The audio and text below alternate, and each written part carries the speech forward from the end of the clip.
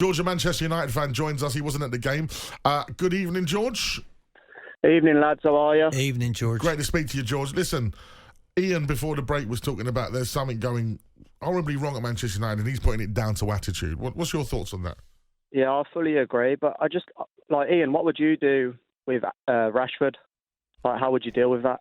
Well, I'm not blessed to know everything. If you look at the season he had last year, absolutely magnificent, probably his best season in a United shirt, and I was so pleased for him. Honestly, I thought, oh wow, because I totally believe in the boy.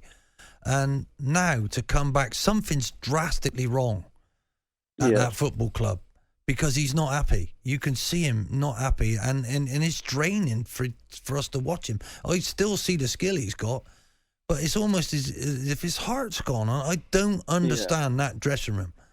You know, maybe I've been with some of the tail end of your Roy Keanes and people like that, you know, and what it meant and growing up with that club in his veins. It must be killing him to see the attitude. Today, when it was 2-2, before it was 2-2, how many arms thrown up in the air? When Garnacho didn't square that, they could have been 3-0 up. A Man City player would have squared it. Do you know what I mean? Why was he so selfish? Like, we're all playing for ourselves. It's not a team. Like, nothing about the club is a team at the minute. It's an absolute mess.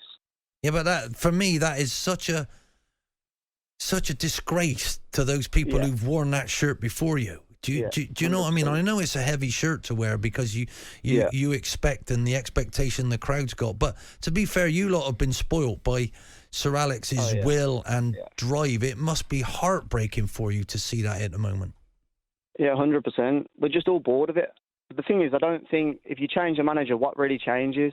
But I can't really see what he's trying to do either. It's boring to watch United now. It never used to be like that. No, absolutely. Even for a neutral, it's never boring to watch Manchester United. Great call from George there. Give us a call at 03717223344. Let's quickly head over to Andy, who's a Manchester United fan as well. Good evening, Andy. Good evening, Andy. Oh, have we got Andy? He's so annoyed with Man United, he's put the phone down. Doesn't even want to talk. Hello. Oh, he's here. Hello, Andy. Hello, mate. Where are you? Hello. I'm actually over in Belfast in Northern Ireland. You're not at Thompson's, are you? You're not at Thompson's with Rashford, are you? Oh no. But I mean, you said the very thought there. What's going on at the club? It would be amazing to have a sort of an inside view of what's actually happening, because I mean, I've grown up a Manchester United fan since the 1980s.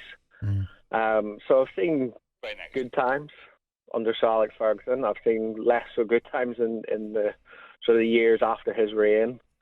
I just find the club at the moment is lost. It's lost the identity in the club is gone almost. So I'd just love to know your thoughts, Ian, on what you feel the club needs to do going forward to get the club back to where people believe it should be. Well, to be honest, you have been spoiled. I think in my whole lifetime, you've had the best manager ever.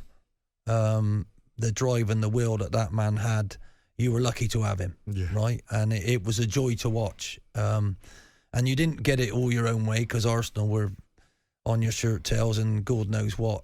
But Sir Alex's drive to overtake Liverpool was quite immense, and the way he did it was make everybody humble. I don't see that at the football club anymore, and someone needs to make sure that is. I'm hoping your new part owner who actually cares about the club. I don't believe your owners do care about the club.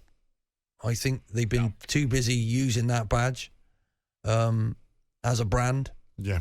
And I think that's why they bought it. And now you might get some happiness, you know, if he can step in. I know he's only got a certain amount of control, but he cares about that football club. He was sat with Sir Alex last week, and I hope it starts going back your way, because at the minute, I would, if I was one of your ex-players, seeing them wear those shirts, I would want to go and have a word with them, because you have to say some horrible things to somebody sometimes if they're not doing what they should be doing, because they're picking their money up.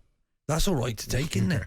And they must be on more money than they deserve to be the way they're playing. So, you know, at the end of the day, it's more than good players that win you things. It's about the drive and the will that you have, and I don't see it in your group. And that whoever's in charge of pulling that group together, you've changed your managers too many times. That's a change of opinion on people, and you're not stable. The best clubs in the world have been stable. You were yourself. Arsenal were for years. And look at Klopp and look at Man City. Absolutely. You know, so that's what I hope you don't sack Ten Hag and you listen to him. On AM, on DAB, via the talkSPORT app and on your smart speaker. talkSPORT.